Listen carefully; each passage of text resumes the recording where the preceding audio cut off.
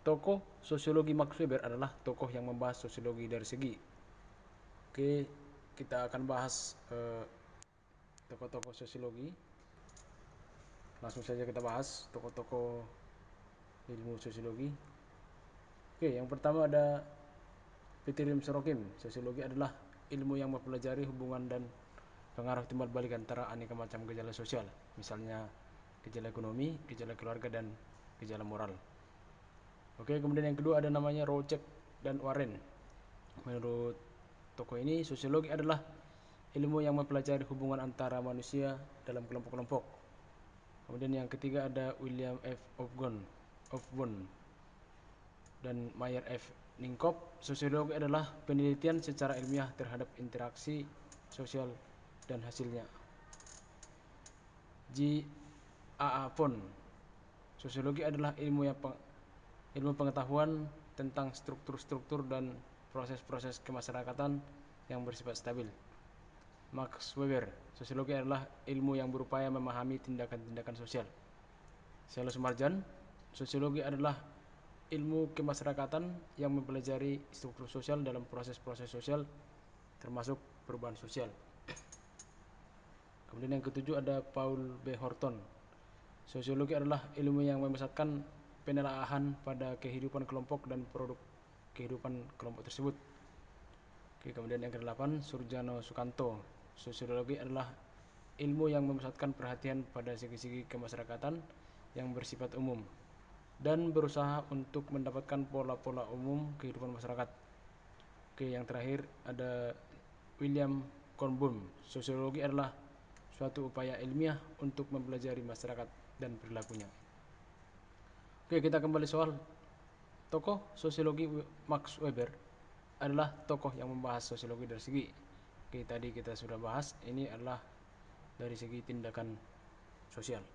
Seorang pengedar narkoba dihukum mati oleh negara karena perbuatannya membuat banyak anak-anak muda terjerumus ke dunia gelap. Berdasarkan kekerapannya, perilaku menyimpang tersebut termasuk perilaku A. positif, B. negatif, C. primer, D. sekunder, E. tidak terpuji. Oke, kita bahas dulu jenis-jenis perilaku menyimpang secara umum. Oke, jenis-jenis perilaku menyimpang yang pertama ada berdasarkan sifat. Ini dibagi dua, yaitu ada bersifat positif. Artinya perilaku menyimpang ini dapat menguntungkan banyak orang. Contoh seperti bias wanita atau security wanita. Jadi menguntungkan bagi banyak orang, tapi sebenarnya sudah merupakan perilaku menyimpang. Kemudian ada sifatnya itu negatif, merugikan banyak orang. Contoh perampok. Jadi perilaku menyimpang ini berdasarkan sifatnya dibagi dua, yaitu positif dan negatif. Kemudian yang kedua, berdasarkan kekerapan dibagi dua, yaitu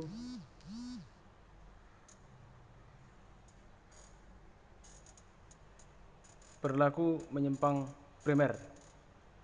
Nah, perilaku menyimpang primer ini adalah perilaku yang masih bisa ditoleransi atau masih bisa dimaafkan.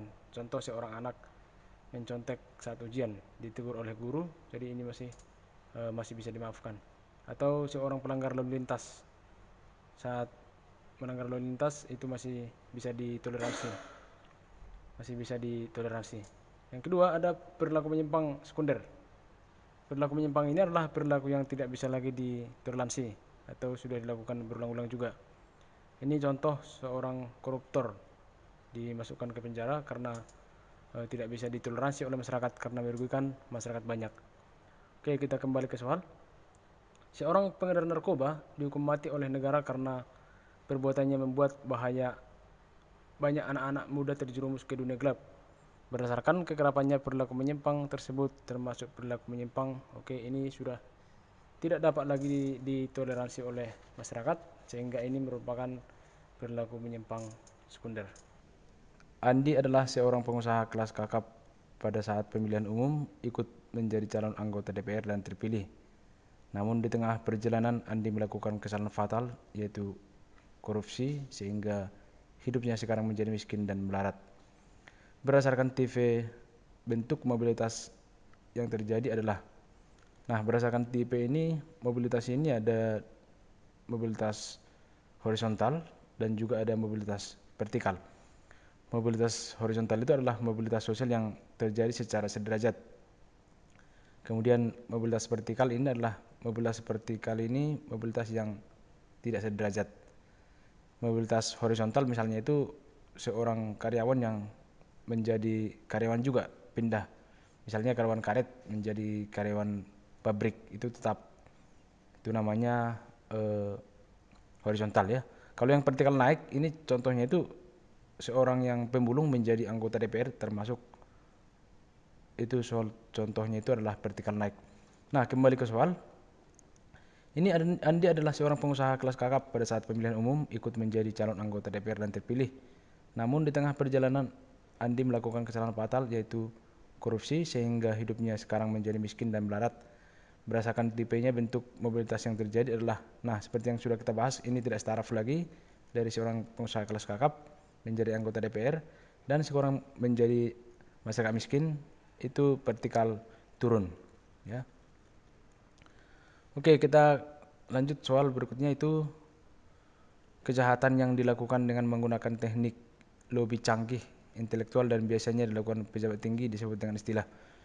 Nah, ini ada istilah-istilah blue collar crime dan white collar crime. Blue collar crime itu adalah kejahatan yang rendahan, nampak langsung, contohnya itu adalah mencuri ayam. Kalau yang white collar crime, kejahatan yang dilakukan dengan teknik lebih canggih, orang-orang pintar, intelektual biasanya dilakukan oleh pejabat dan tidak ketahuan. Contoh salah satunya itu adalah korupsi. Oke, kejahatan yang dilakukan dengan menggunakan teknik lebih canggih